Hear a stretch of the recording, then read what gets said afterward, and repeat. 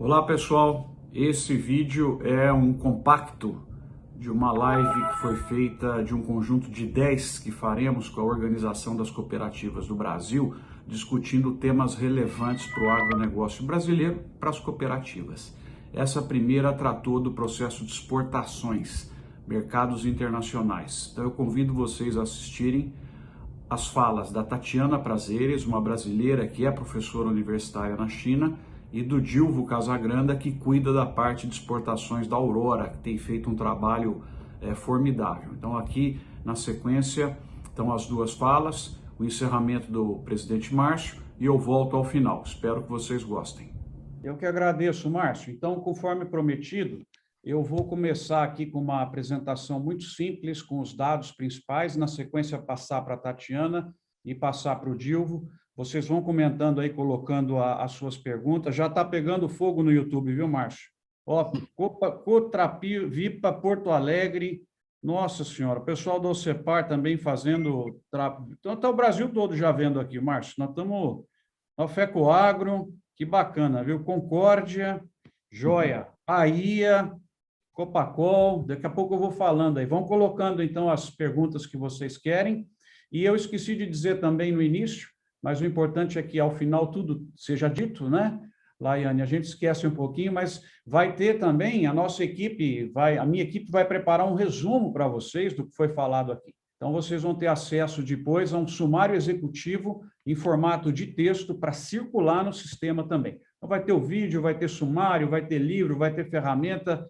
Nós vamos entupir vocês aí com conhecimento, se Deus quiser, e melhorar as nossas cooperativas, esses 10 temas que o presidente Márcio falou. Então, passando aqui para a minha apresentação, deixa eu compartilhar com vocês rapidinho e mostrar os dados que são muito bons para deixar vocês animados aí.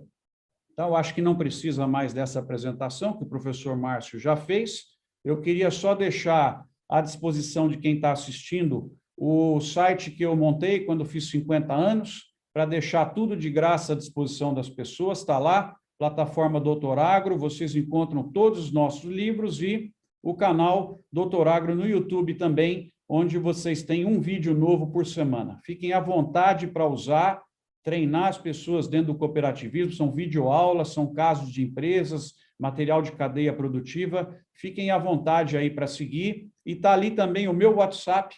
Quem do sistema cooperativista quiser participar de uma listinha de distribuição que eu tenho, todo sábado cedinho vai um vídeo novo para o teu celular. Basta me mandar uma mensagem, nós estamos em conexão, graças agora a essa iniciativa aqui da OCB. Bom, dito isso, eu queria mostrar o que aconteceu no agro brasileiro nos últimos 20 anos, onde eu tenho o privilégio de ser engenheiro agrônomo. Eu devia agradecer a Deus. Na verdade, eu já sou engenheiro agrônomo há 30 anos, viu, Márcio? Tenho um pouco de vergonha de falar isso, mas eu sei que parece talvez 10, mas já são 20 anos aí de dados que a gente está acompanhando. E olha só que bacana, pessoal. A soja, nós pulamos de 4 bilhões de dólares para 35 bilhões de dólares vendidos. As carnes, vocês estão vendo aí também que performance fantástica. Setor de açúcar e etanol, papel e celulose, né? Café, enfim, um crescimento fantástico.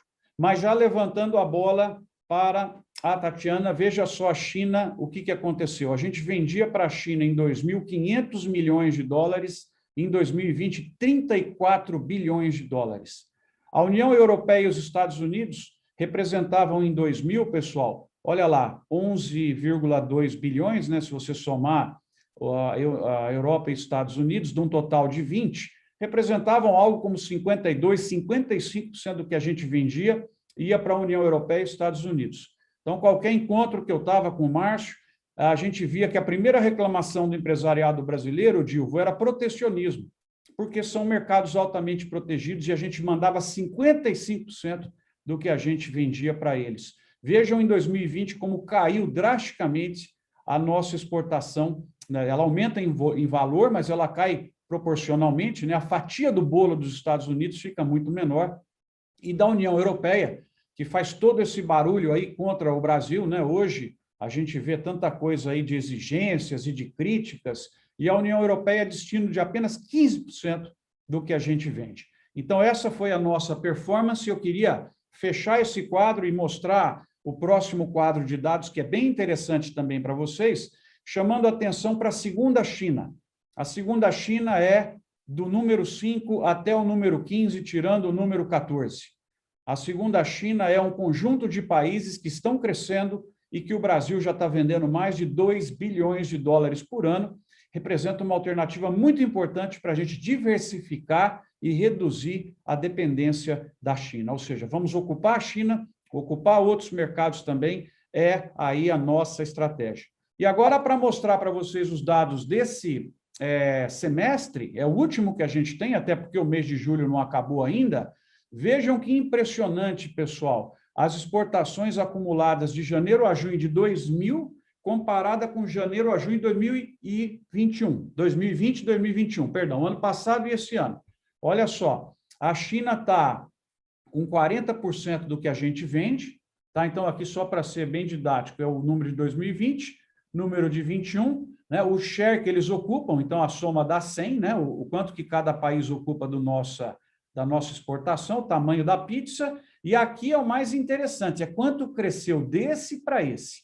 Então, olha só, a China está 20% maior, União Europeia 16%, Estados Unidos 30%, mas olha aqui aquilo que eu falei para vocês, ó, Turquia 31%, Vietnã 45%, Coreia 34%, Indonésia 20%, Bangladesh 13%, Arábia Saudita 16%, Irã 154%. Então, eu acho que uma das mensagens que a gente tira aqui é fortalecer cada vez mais a entrada nossa nesses mercados que vão representar uma alternativa de crescimento aí para a China. E aí, para fechar, eu queria só mostrar com alegria o que saiu na segunda-feira, talvez vocês tenham visto, né? Eu tive o privilégio de participar de uma matéria do Financial Times muito elogiosa ao agro brasileiro, dizendo mais uma vez que o ciclo das commodities pode ajudar a reviver, né, a levantar aí o Brasil. E como eu quero terminar sempre essa apresentação para ouvir os nossos convidados com uma ferramenta, a ferramenta que eu deixaria para vocês é essa daqui, pessoal. E vocês podem imediatamente, quem tiver com o celular, aponta aí para o seu computador, aponta aí para esse código, você já pode baixar gratuitamente o livro que a gente lançou no sábado e que eu quero trabalhar bastante ele ao longo dessas 10 lives, porque ele é de ferramentas. Qual que é a ferramenta de acesso a mercados, então? Tem 4 coisas que a gente precisa ver. Primeiro, quais são os países importadores e os indicadores que eles têm até agora? Depois, quais são as variáveis para eu olhar esses países, Vietnã, Indonésia, China, né? O que a Tatiana vai falar aqui para a gente nos próximos 10 anos. Então, eu tenho que olhar população, crescimento, idade, nível de urbanização, geração de renda, o PIB, por quê? Quanto mais PIB, mais eles vão comprar, evolução na distribuição de renda desses países, se eles têm recursos valiosos para exportação, portanto, eles podem pagar para importar comida brasileira, se eles têm escassez de recursos produtivos agrícolas, como é o caso do Oriente Médio, né, que não tem a chance de produzir o que eles vão precisar, se eles têm legislação favorável às importações, como está a política de biocombustível, por exemplo, a China agora adotando a mistura de 10% de etanol na gasolina e a Índia também 20% a partir do ano que vem, 2023, perdão, vai representar uma quantidade muito grande. Eles vão ocupar parte das áreas, parte dos grãos, parte da cana, para fazer combustível. E aí nós podemos entrar com mais produtos, né? Presença de canais, taxa de câmbio e o comportamento do consumidor favorável ao consumo. Então, isso aí são as variáveis que a gente tem que olhar nos próximos 10 anos para cada país, para falar, olha, aqui é que vai realmente crescer, né? Então, daí eu tenho as projeções agregadas, e dito isso, eu vou para a estratégia, que é o que o Gil vai comentar com a gente aqui, né? Como é que é a minha estratégia público-privada para a abertura desses mercados? Trabalho que a ministra Tereza Cristina tem feito, fantástico, né? Precisamos fortalecer mais ainda, fazer essas viagens, né? Agora ela está lá na Itália, mais para os países do Oriente Médio, para a Ásia, e tentar cada vez mais costurar essas relações na onde os mercados vão crescer mais. Por isso que a gente fecha ali com o desenho de estratégias públicas e privadas. Termino a minha apresentação e passo imediatamente para a Tatiana. Desde já, Tatiana, agradecendo pelo seu tempo, né? Você aí na China já está com sono, né? Nós estamos acordando aqui e é um prazer ter você aqui conosco. Muito obrigado. A bola está contigo. Vamos diretamente a Pequim agora.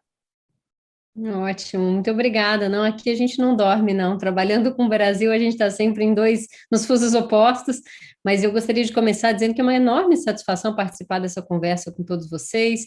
Eu gostaria de agradecer inicialmente ao CB pelo convite, pela oportunidade, dizer que é um privilégio ter o presidente Márcio Freitas aqui conosco, e também gostaria de agradecer a Laiane Vasconcelos, que acompanhou esse processo, né, de organização do evento.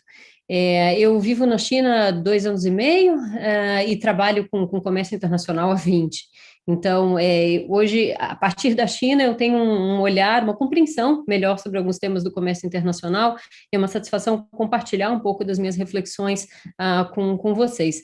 O que eu combinei com o pessoal foi de tratar um pouco de mudanças no cenário internacional, né? E o que importa para as exportações das cooperativas brasileiras. O tema é muito amplo e a verdade é que há muitas mudanças no cenário internacional, né? A gente está vindo de um contexto de mudanças muito significativas em função da pandemia, né? Isso, claro, levou a uma crise internacional, a instabilidade, a insegurança, a dúvidas, a incertezas, nos mercados, aumento de protecionismo, nacionalismo econômico, a preocupação com cadeias de valor, com a resiliência, né, a segurança de fornecimento.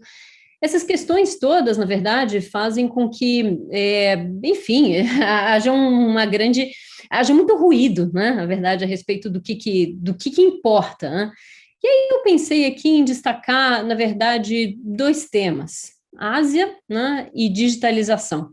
Eu pensei em falar em clima também, porque eu acho que é um outro fator muito importante para que a gente entenda as mudanças do cenário internacional e o que pode afetar, né, as exportações das cooperativas, principalmente no agro, mas eu achei melhor focar nesses dois. Se tiver interesse, a gente conversa um pouco sobre política climática e como isso pode afetar as nossas exportações, tem tudo a ver com o agro também. Claro, eu escolhi Ásia e digitalização, mas não significa que outros fatores importantes, como, enfim, relacionados à própria competitividade, né, do nosso agro, das nossas cooperativas, ou barreiras, né, nos mercados de destino, não importem. Claro, isso tudo importa, mas o meu exercício aqui foi de pensar no que há de novo importante e que seguirá sendo importante nos próximos anos. É isso, dois temas-chave, Ásia e China, e eu queria focar um pouquinho em China, e digitalização e comércio eletrônico. Eu acho que são dois temas-chave para as cooperativas quando a gente pensa em mudanças no cenário internacional. Eu começo deixa eu ampliar isso. Eu começo com Ásia e China, né? Bom, se eu tivesse combinado, né, com Fava Neves a respeito de Ásia, eu acho que não teria sido tão acertado, né? Eu estava aqui simplesmente confirmando essa percepção que a gente tem das análises, dos números, da realidade aqui na Ásia. Realmente, a Ásia é o polo dinâmico da economia mundial, é o motor de crescimento econômico, e naturalmente, em função disso, há mais oportunidades, né?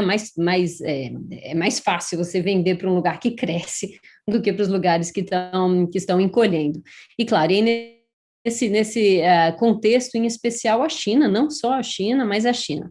A China, em 2020, né, no ano da pandemia, cresceu, né, cresceu mais de 2%, quando o mundo caiu, né, foi o único país dos grandes que cresceu em 2020. A China foi o país que mais atraiu investimento externo direto quando os fluxos de ED no mundo caíram, ou seja, caiu para o mundo, para a China subiu. Então, realmente, a China é inescapável e os dados do próprio comércio exterior brasileiro mostram isso, né? Hoje, no agregado, não apenas no agro, mas no agregado, a gente tem 1/3 do que o Brasil vende para o mundo, vende para a China. E são realidades pouco conhecidas no Brasil, né? O que me preocupa um pouco, conversando com associações setoriais, empresas, esse receio de que veja-se a Ásia como algo distante, algo exótico, algo muito difícil, e as pessoas às vezes preferem olhar para o outro lado, né? Buscam o que é mais familiar, o que é mais fácil, o que é mais perto, o que é culturalmente mais próximo, e hoje, como eu disse, eu acho que a Ásia é inescapável e é importante encarar, né, o desafio Ásia. Isso requer preparação, requer investimento, requer ousadia, a persistência. E aí, nesse contexto, eu acho que o cooperativismo tem um papel muito importante para ajudar as empresas brasileiras, o produtor brasileiro, a alcançar esses mercados que naturalmente são mais desafiadores, né?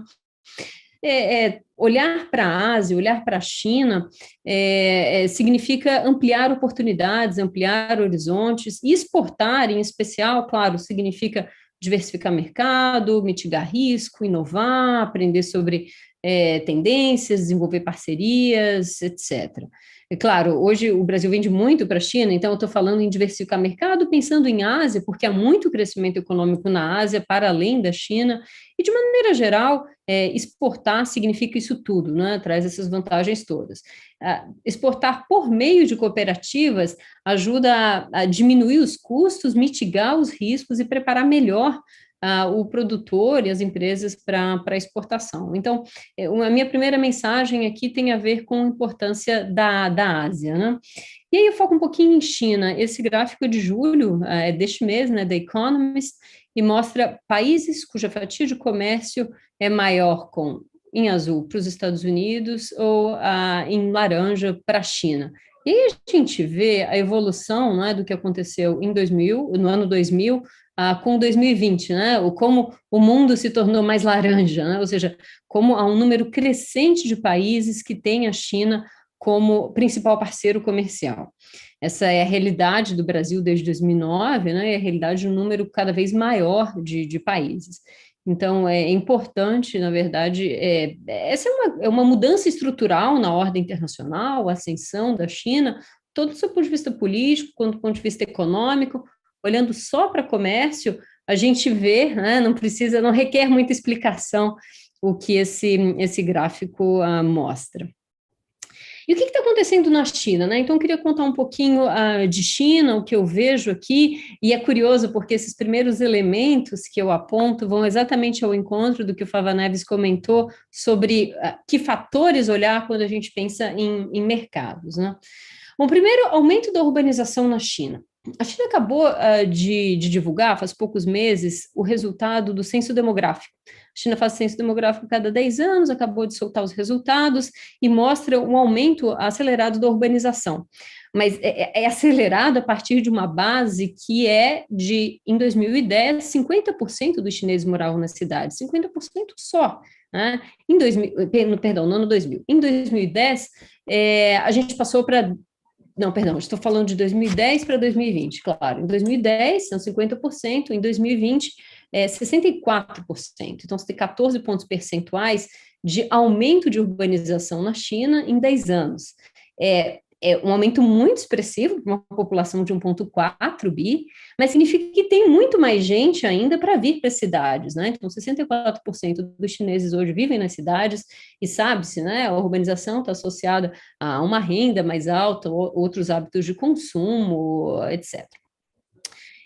Há uma expansão da classe média na China, claro, são anos, né, de crescimento econômico em cima de crescimento econômico, há um crescimento da renda per capita também, e isso tem uma série de implicações para as exportações, né, brasileiras, exportações do agronegócio.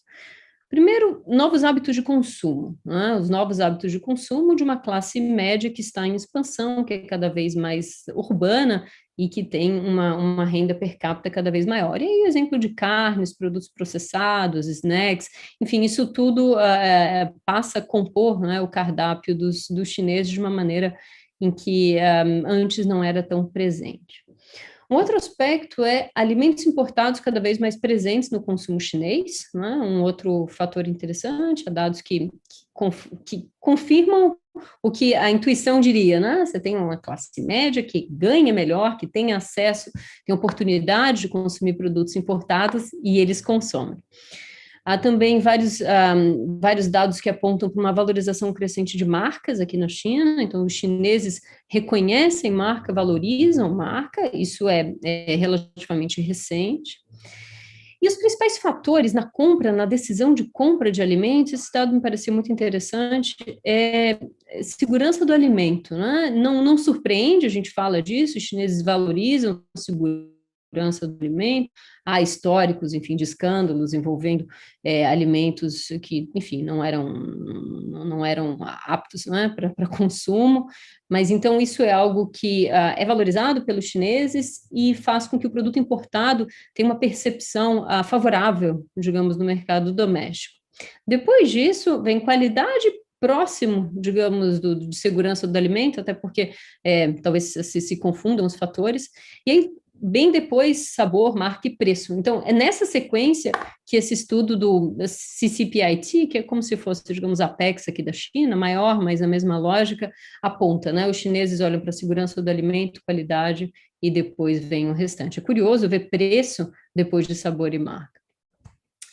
E o Brasil nisso, né? Como é que o Brasil é visto pelo consumidor chinês? Isso me perguntam com frequência, e eu acho que vale a pena pontuar alguns aspectos aqui. Bom, em primeiro lugar, o Brasil é um grande fornecedor de alimentos para a China, né? 18% do que a China importa de alimentos importa do Brasil.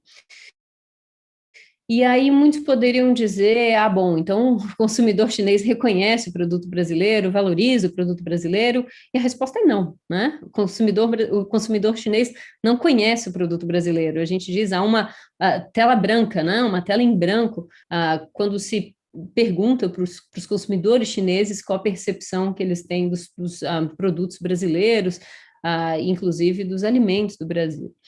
E aí, parte disso se explica pelo fato de que a origem dos insumos se perde, né, no processamento dos alimentos. O Brasil exporta para a China produtos básicos, isso se desaparece, né? O chinês não sabe que, na verdade, aquilo que está consumindo tem um componente, digamos, brasileiro. Essa tela branca é também uma oportunidade, né? É uma oportunidade para o Brasil. Primeiro, como eu mencionei, a valorização do produto importado,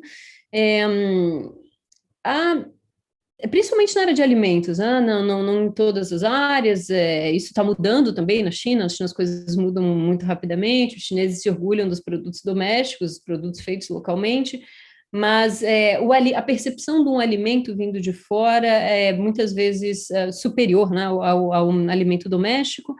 E aí o Brasil se posiciona bem porque a imagem do país, de maneira geral, é de um lugar onde o céu é azul e a água é limpa, né? E isso para os chineses tem um grande valor, um país de céu azul e água limpa. Então, essa imagem, de uma maneira favorável, né, ao Brasil e aos atributos, digamos, que são valorizados nos alimentos, é algo que pode ser melhor aproveitado para a gente posicionar o agro na China e o agro para o consumidor chinês. Claro, o Brasil já é muito importante em termos de agro na China, mas o consumidor chinês ainda não reconhece isso. Bom, e aí, claro, aproveitar essa oportunidade requer investimento e cooperação entre o setor público e privado. Em alguns casos é necessário abrir mercado, então, quando a gente fala de carnes, por exemplo, você precisa habilitar plantas, quando você fala de frutas, você precisa de protocolos sanitários, então, essa é uma parte, né, digamos, do esforço.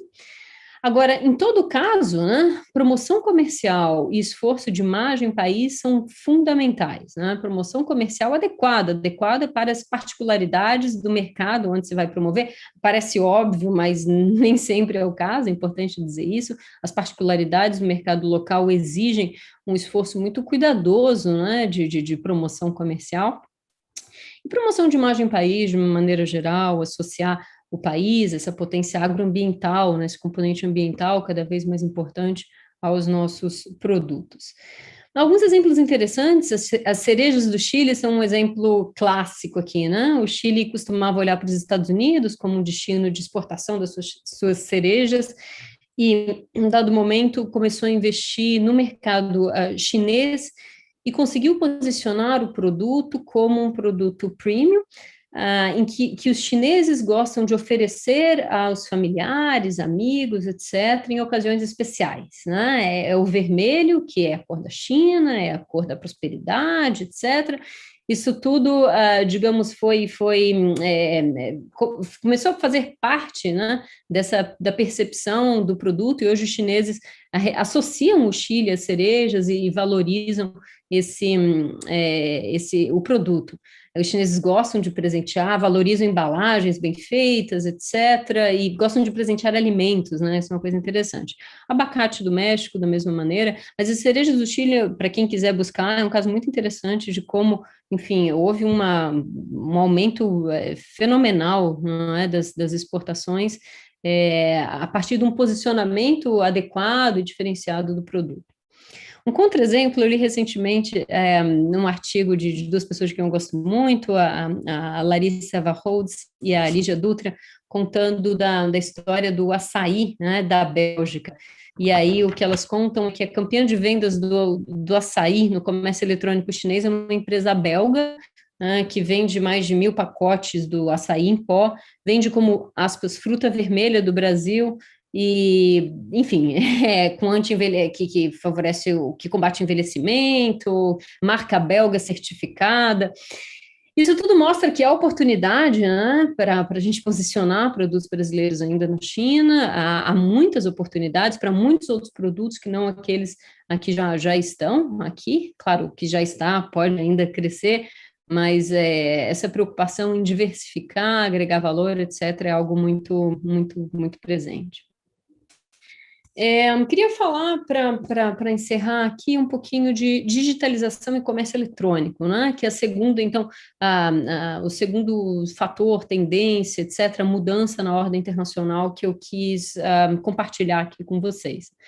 Bom, em primeiro lugar, que não é novidade para ninguém, a aceleração com a pandemia, né? Da digitalização, o fato de a gente estar realizando esse encontro, trabalho remoto, etc., mudança no comportamento dos consumidores, eu acho que em todo mundo houve mudança no comportamento dos consumidores, aqui na Ásia é muito evidente, na China, há vários estudos que mostram como os consumidores passaram a ficar mais tempo online, né, ou mais de 7 horas por dia online, como a geração mais antiga, digamos, ingressou, né, nesse ambiente de compras online, por exemplo, quando era mais relutante, e depois que entrou, depois que aprendeu a fazer, se fidelizou, né, não sai. Enfim, consumidores adquiriram novos hábitos nesse contexto da pandemia, hábitos digitais. Há uma digitalização da vida e isso veio para ficar e afeta perspectivas, né, do comércio internacional e de exportação do agro e das cooperativas. Bom, novos modelos de negócio, canais de comunicação, de comercialização, promoção na área de, por exemplo, live commerce, social commerce. Há casos assim, muito impressionantes na China. A CEO, a presidente dessa empresa de eletrodomésticos chamada Gree, fez 3 horas de live commerce aqui na China. No ano passado, durante a pandemia, é muito impressionante, 16 milhões de pessoas assistindo live commerce da presidente da Gree, 43 milhões de dólares em vendas, e há vários casos desse tipo.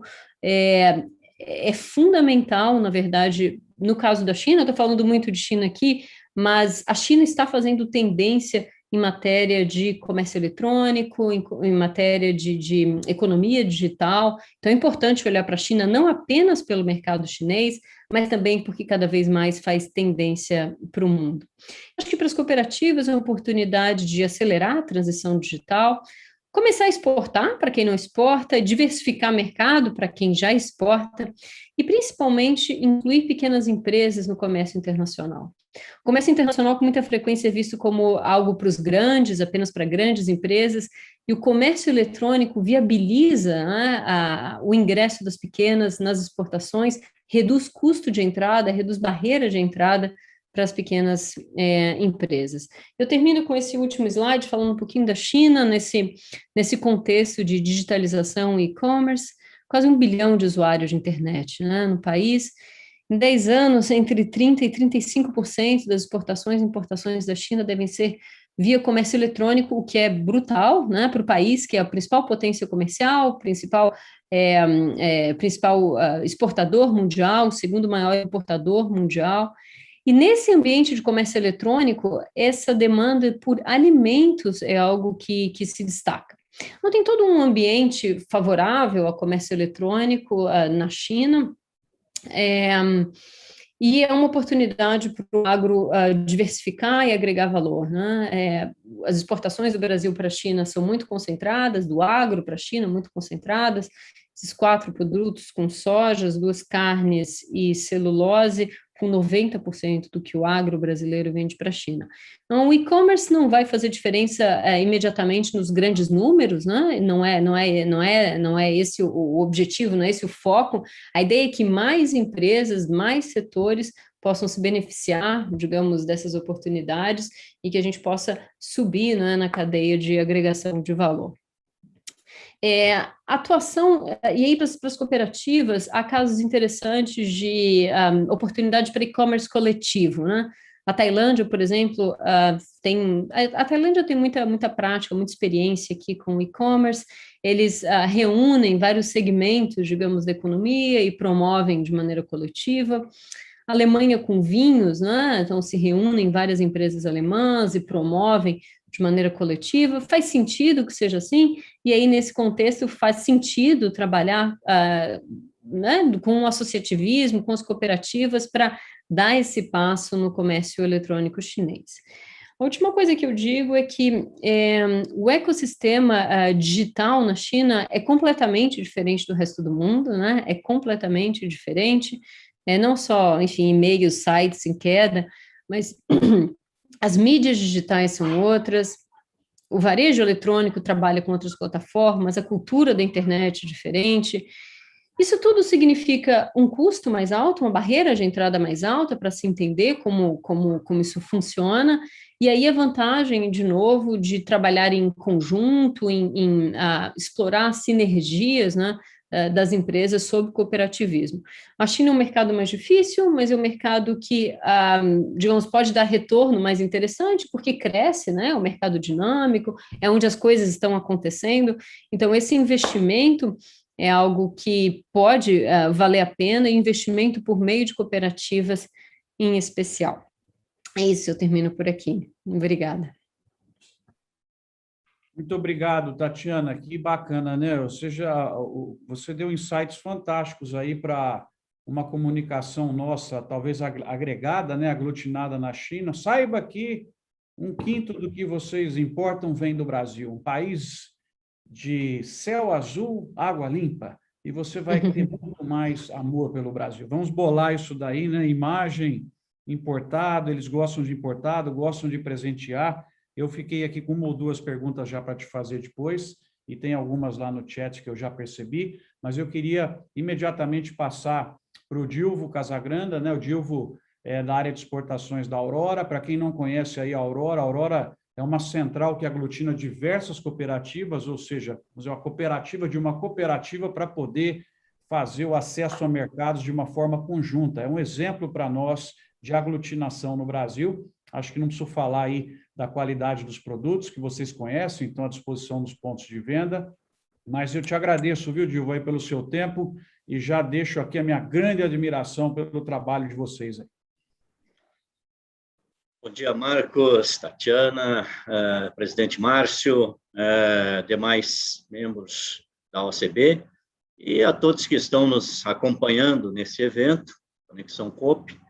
E depois de ouvir, né, o Marcos e a Tatiana, a gente se empolga, né, porque os dados são todos positivos. Você vê 20% de crescimento nas exportações brasileiras no agro nesse período de 2021 comparado ao mesmo período de 2020.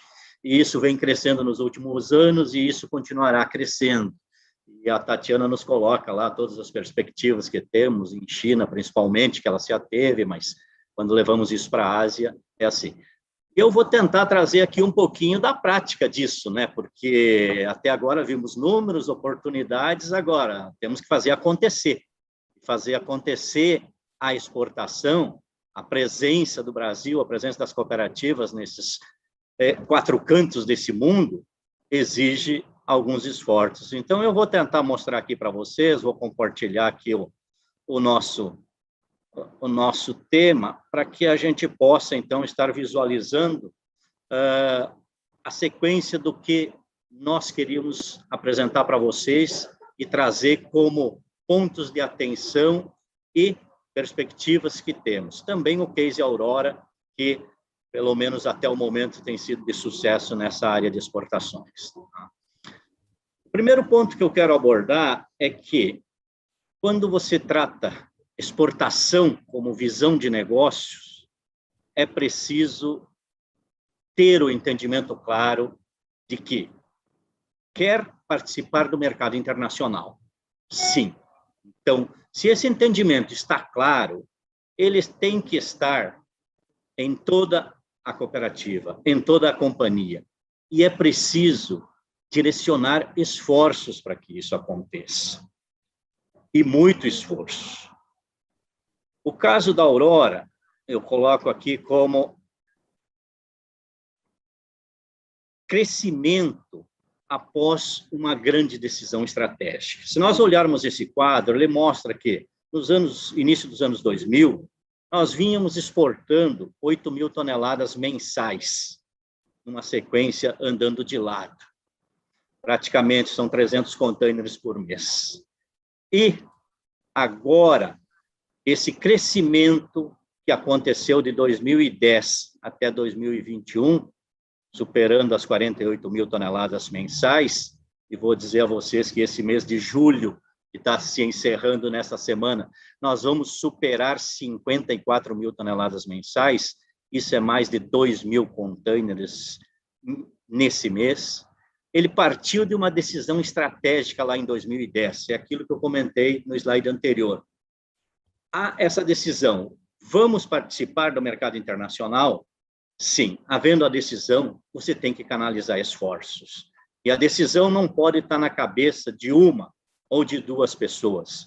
A decisão tem que estar na cabeça da companhia. Este fator é extremamente essencial e um divisor de águas para aquela cooperativa que queira se inserir no mercado internacional. E aí vem aquela pergunta, está decidido? Sim. Para onde que eu vou? E se você não sabe aonde vai, qualquer caminho vai servir, né? Então, a gente passa para aquele momento em que temos que trabalhar planejamento. Independente dos métodos, né? Eu sei que o Marcos Neves aí é muito fã do método Enjoy, planejamento estratégico, né? Do sistema agro. Independente do método, tem que haver um planejamento em que se visualize onde estamos, onde devemos ir e como chegar lá. Cada uma dessas etapas tem que ser trabalhada. Você precisa saber quais são teus pontos fortes, o que você tem de vantagem competitiva, aonde que estão as tuas oportunidades. A Tatiana falou agora muito de China, de crescimento, e como você vai chegar lá. E aí, o como é que são elas, porque realmente é a parte árdua da tarefa. Não depende exclusivamente de você. Há uma interação muito grande com instituições governamentais, porque não é a tua cooperativa que vai vender lá na China, se não há um acordo entre os mercados, ou entre os países, ou aprovação, ou habilitações, você não vai chegar lá. Então, isso faz parte do como chegar lá. Tudo isso tem que estar muito delineado, muito bem planejado, e esse tema precisa chegar como um fator essencial que eu coloco aqui, a conhecimento do planejamento em todos os níveis da cooperativa, em todos os níveis da empresa. E aqui eu vou me ater um minuto a mais para dizer para vocês um exemplo claro do trabalho da Aurora nas exportações de carne suína para o Japão. Foi um trabalho que começou em 2017, após visualizar a oportunidade de que o Japão estava aberto para o Brasil e não tínhamos exportações ainda para um país que era, antes do advento China, da peste suína africana, que dizimou o rebanho deles, o maior importador mundial de carne suína, e nós não participávamos desse mercado. Houve uma decisão estratégica de se buscar isso aí. Foi feito um planejamento. E esse planejamento, ele se tornou de conhecimento de toda a empresa. Esse planejamento se tornou de conhecimento de todas as pessoas envolvidas no processo de produção de Japão. Eu participei de muitas reuniões, as quais ia lá na fábrica explicar para os funcionários daquela sala que produzia Japão a importância do trabalho deles. A ponto de você perguntar para uma pessoa que faz a embalagem do produto Japão naquela sala e ele dizer: eu estou ajudando a produzir alimento que vai lá atender um consumidor japonês. Ele não fala que ele está embalando o produto, porque ele entendeu de que existe um planejamento para atingir um objetivo. Então, esse é um fator essencial que eu acho que, quando se trata de um planejamento, ele tem que se levar a conhecimento de todos dentro da empresa. A qualidade do produto, que a Tatiana falou também, ela é essencial. Você precisa ter um produto de boa qualidade. Não pensemos nós que vamos para o mercado e vamos vender aquilo que nós temos em mãos. Não, nós vamos para o mercado e vender aquilo que o mercado demanda. E precisamos atender essas condições e precisamos atender com qualidade.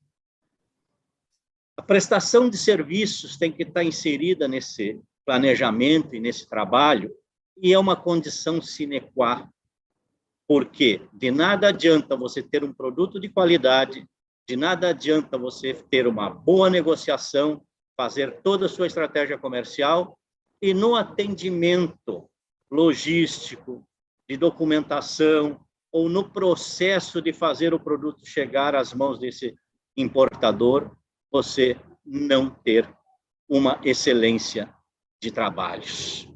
Você perde todo o conceito, porque não adianta dizer que o problema aconteceu em tal setor. O importador ou o mercado que importa não está preocupado com isso. Ele está preocupado se a sua empresa, a sua cooperativa atendeu aquele contrato, aquela demanda dele ou não. Então, é um fator essencial que tem que ser levado no mesmo nível que os outros itens. E aqui a gente se atém um pouco àquilo que a Tatiana também falou, que são os aspectos culturais de cada cultura, de cada país, de cada mercado em que você vai atuar. Esse é o ponto em que nós, brasileiros, temos, sim, traquejo, que a gente chama, né? Ou aquela habilidade de se adaptar. Mas isso precisa ser feito de uma maneira correta. Nós precisamos respeitar as culturas locais, saber que nos locais as hierarquias sociais são diferentes das nossas. Um presidente de uma companhia vai para uma reunião, senta na frente do presidente da companhia. Que um diretor vai sentar na frente do diretor. Parece insignificante para nós, que para nós é normal entrar numa sala de reuniões, senta todo mundo onde tiver lugar e está transcorrendo a reunião. Não. Existem hierarquias sociais que têm que ser respeitadas conforme os costumes de cada mercado. Você não vai vender carne suína, sentar numa rodada de reuniões nos países árabes, porque eles não consomem carne suína. Chega a ser uma ofensa você ofertar carne suína. Tanto é que nosso catálogo de exportação existe um específico para atender o mercado dos países árabes que não consomem carne suína. Então, são detalhes que precisam ser entendidos, precisa ser compreendido. Precisa entender que, quando você lida com o Japão, você tem que ter aquela dose de paciência e depois mais um pouco ainda. Você passa 2 horas falando numa reunião, quando você espera a resposta do japonês, ele levanta da reunião e diz muito obrigado. Na próxima a gente conversa. Isso faz parte e nós precisamos aprender isso, né? Então, são fatores essenciais de quem vai exportar, estar muito atento.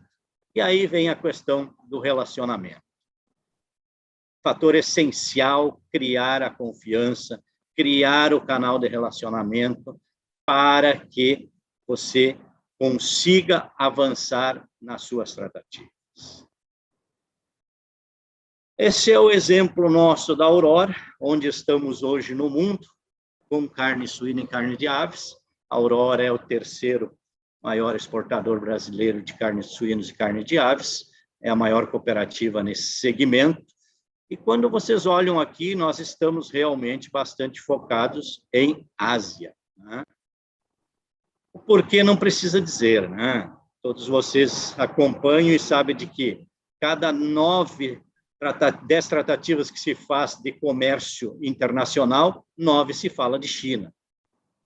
Então, não poderíamos estar ausentes. China é hoje responsável por 40% dos volumes importados da Aurora mensalmente, né? Depois tem Japão, depois tem o restante dos países da Ásia. Vocês vejam aí que a Ásia representa 60 e poucos % das exportações da Aurora. E a Ásia continuará sendo, conforme foi citado anteriormente pelo Marcos e pela Tatiana, são mercados que estão aí à disposição, ávidos por comprar, precisam de produtos, e é o continente que está com maior crescimento demográfico e de PIB para o período que estamos vivenciando. E para os próximos 10, 20 anos, continuará sendo, salientando que temos que começar a colocar o olho na África, porque a África, até 2050, dobrará sua população, e hoje, nos países africanos, está em torno de 1 bilhão e 300 milhões, vai dobrar para 2,5 bilhões até 2050. E as estimativas é que até 2100 vai ser 4,5 bilhões de habitantes na África, praticamente alcançando o que a Ásia tem no momento. Então, também é algo que no futuro teremos que olhar para quem pretende ser exportador no longo prazo. Ah, mas vamos esquecer os mercados outros? Não, vamos participar. Nós participamos da Europa, mas entendemos como Europa um nicho de mercado. Não é mais um mercado de grandes volumes, como demonstrado anteriormente no slide do Marcos, em que Europa e Estados Unidos foram grandes no comércio internacional e a participação brasileira com eles. Hoje, são nichos de mercado para o nosso setor. Então, precisamos, sim, estar de olho aonde estão as oportunidades e se adequar a elas, planejar para chegarmos à extramão. Esse é um caso típico de um exemplo de trabalho realizado pela Aurora, né? Conseguimos colocar o nosso suíno lá no Monte Fuji, está muito pertinente agora, né, que as Olimpíadas estão lá, né? Então está lá a qualidade Aurora representada no Japão. E eu só quero dar mais um detalhe do trabalho e da importância que é se atentar a tudo para quando você trabalha no comércio internacional. Essa caixa que foi desenvolvida, que está a embalagem aí no lado direito, tem algumas características para a pessoa que olhar e tudo normal. Não, é uma caixa normal. Ah, colocaram a bandeira do Brasil. Ótimo, eles gostam do Brasil. Como foi dito pela Tatiana, o produto brasileiro ainda não está tão reconhecido na China, porque ele não chega totalmente ao consumidor final, mas no Japão nós já temos essa característica, o produto brasileiro já é reconhecido. Então, a bandeira do Brasil é bem-vinda, o Brasil é bem aceito por eles, é bem reconhecido.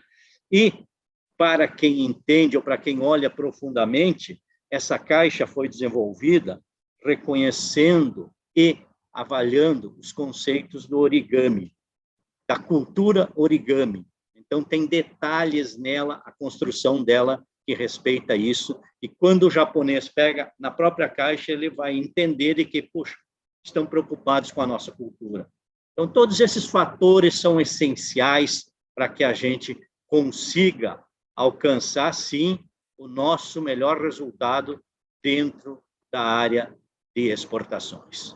Então, eu quero concluir só dizendo, obrigado pela oportunidade, vou ficar à disposição, não quis me ater muito à questão de mercados, porque eu acho que eu seria muito seletivo falar no mercado de carnes, e eu sei que aqui estamos tendo participantes de todos os segmentos, e me ative muito mais aos pontos em que eu acho de relevada importância, porque eu vivenciei isso hoje há 12 anos no mercado internacional, cuidando da área de exportações da Aurora, e posso dizer de que realmente foram passos árduos e muito trabalho para que se chegue a isso. Mas, principalmente, passou pela decisão estratégica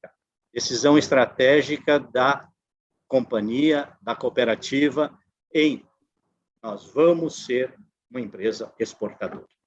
Obrigado a todos e fico à disposição. Gilvo, muito obrigado, viu? Eu gostei da tua lista lá. Primeiro, decidi que nós vamos jogar na Champions League e não mais no Campeonato Brasileiro, ou no Campeonato Brasileiro e na Champions League também. Adorei isso daí. Planejar, qualidade, prestação de serviço, cultura, relacionamento. E eu vou te pedir para pôr mais um pontinho que fica a minha sugestão aí para vocês, que é o storytelling. Precisa contar que o produto é de cooperativa, que tem inclusão e toda essa história bonita de vocês aí, que não tem ninguém para quem eu não conte a história da Aurora, as pessoas não gostam, né? Então, é muito bom, parabéns, viu? Então, eu convido vocês a voltarem aqui. Presidente Márcio, agradeço muito a sua presença até o final, né? E também toda a diretoria da OCB. Acho que vai ser muito divertido, gostoso e muito aprendizado esses nossos 10 encontros aqui em conjunto. Então, eu acho que vou quebrar o protocolo, viu, Laiane? Mas já que o presidente Márcio ficou aí, eu vou passar para ele fazer o nosso adeus, né? O nosso até próximo aí encontro. Márcio, obrigado, viu? Combinado. Obrigado, Marcos, muito obrigado. A minha palavra final é de agradecimento. Agradecimento a todos que estiveram conosco durante todo esse tempo, também acompanharam e viram esse motor de arranque. Hoje foi só o esquenta. Então, muito obrigado a vocês por participarem, muito obrigado à nossa diretoria, a cada um dos membros da diretoria por estarem conosco, mas especialmente o meu muito obrigado a você, Marcos, a você, Gilvo, muito, muito obrigado, brilhantes apresentações, brilhantes visões, rápidas, explícitas, claras, muito interessante. Muito obrigado, Gilvo, e transmita esse nosso agradecimento a toda a família Aurora. Um abração no Neivor, aquele abração que ele costuma dar na gente de quebrar osso. Então, dá um abração nele por nós e muito obrigado. E a você, Tatiana, receba o nosso abraço e nossa gratidão aí na China. Um abraço à distância, mas bem brasileiro, bem caloroso. E muito obrigado pela sua fantástica apresentação e visão. Essa visão estratégica sua é muito importante para nós. Muito obrigado a todos e até breve. Gostaram do vídeo, pessoal? Muito aprendizado, né? Muita coisa para anotar aí, dicas passadas pela Aurora e a Tatiana, muito importante sobre a China, né? Como que a gente se posiciona, se comunica melhor lá para poder aproveitar o crescimento desse mercado. Então, mais uma vez, quem quiser ver as perguntas, as respostas, se direcione lá para o site da OCB, no YouTube, vocês têm todo o material, tá? Aqui a gente apresenta essa versão compacta para quem tiver interesse para fins didáticos. Um abraço a todos, até o próximo, valeu!